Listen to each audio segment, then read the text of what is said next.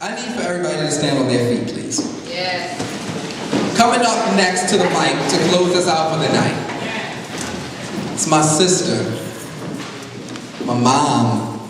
Everybody please give it up for the one, the only, the Amadamorphous, Mama Jaki Terry. Give it up.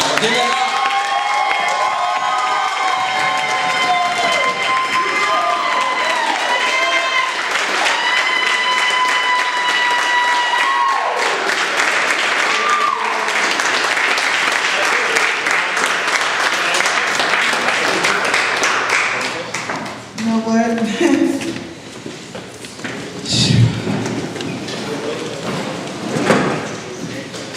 don't even know what to say. Can you believe that? The poet is speechless.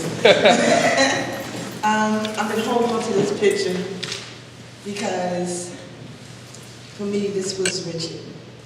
And I think I shared with you about what we did in Hollywood. I cannot believe Bernard is here. I did a show back in 2000 called Somewhere in Hollywood. There's an Oscar with my name on it.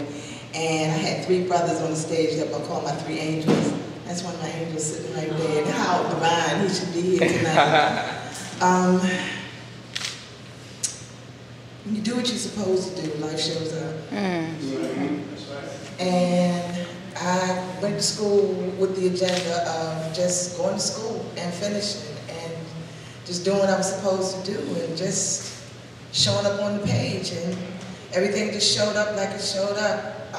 Every honor that I got, it was just, I never really got caught up in the honors. It was just like, what's next? What's next? What's next? So it was my plan to take the year off, because I had been in school for the last 6 years. I transferred from the University of Phoenix to Compton, majored in urban arts with a concentration in theater and a minor in English. And after I graduated, magna cum laude.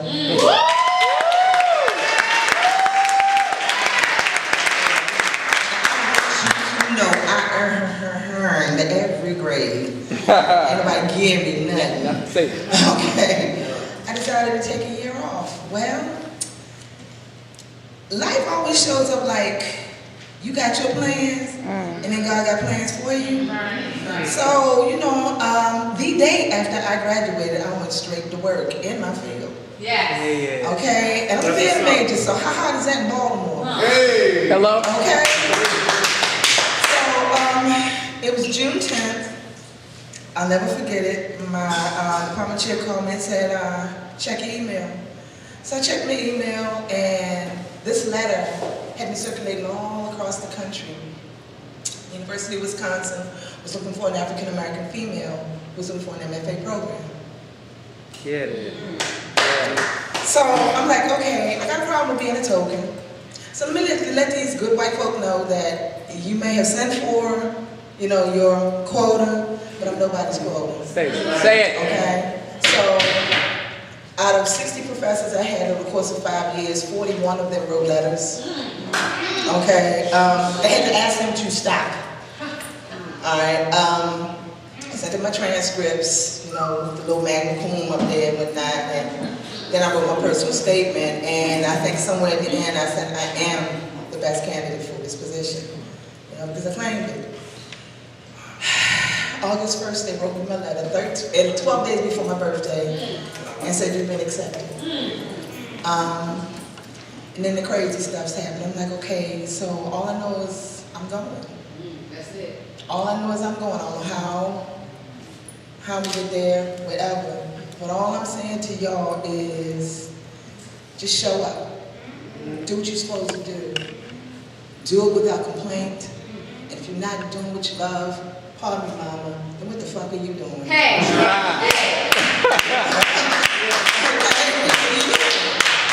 So if you're not doing what you love, find your bliss. Find your bliss, and the money will find you. So don't even sweat that. Hello?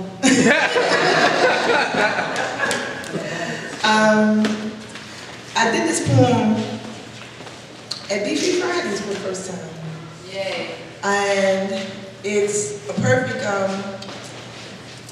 it answers perfectly with where I'm at with this. This poem came from, while I don't know if you know my story, but while I was in undergrad, I was also taking care of a disabled sister. for 3 years. And she has this disability called chronic equity syndrome. She broke her back in 14 places. And again, it's funny how you show up and, you know, God got plans for you, because I asked the Lord to send her to me. I asked him, Lord, to send her to me so I could get her back on her nutrition plan so she could lose weight, so she could get her back surgery. Well, as it turned out, Lord had other plans. Again, she took care of me for 3 to 5 years that I was in school. This one particular day, she was in a lot of pain, and there was just nothing I could do for her. Her fentanyl patches weren't working, and later on I found that they were dangerous. I'm glad she's off them.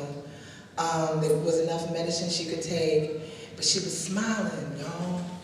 She was still smiling, and she was still making jokes, and she was still being light, and she had all this levity around, and I'm sitting there looking at her like, I can't even complain about a broken nail right now, because your back is broken 14 places, and you're not smiling. You know, is there anything I could do to make it all right for you? And I felt so helpless because there was nothing I could do. So I do what poets do when we can't think of nothing else to do. I wrote a poem. And it ended up being not just a dedication to her, but kind of like my wish for everybody. And it's called Simply For You. Okay, so this is for you. I want for you no pain, never again having to maintain insanity from within and throughout this journey.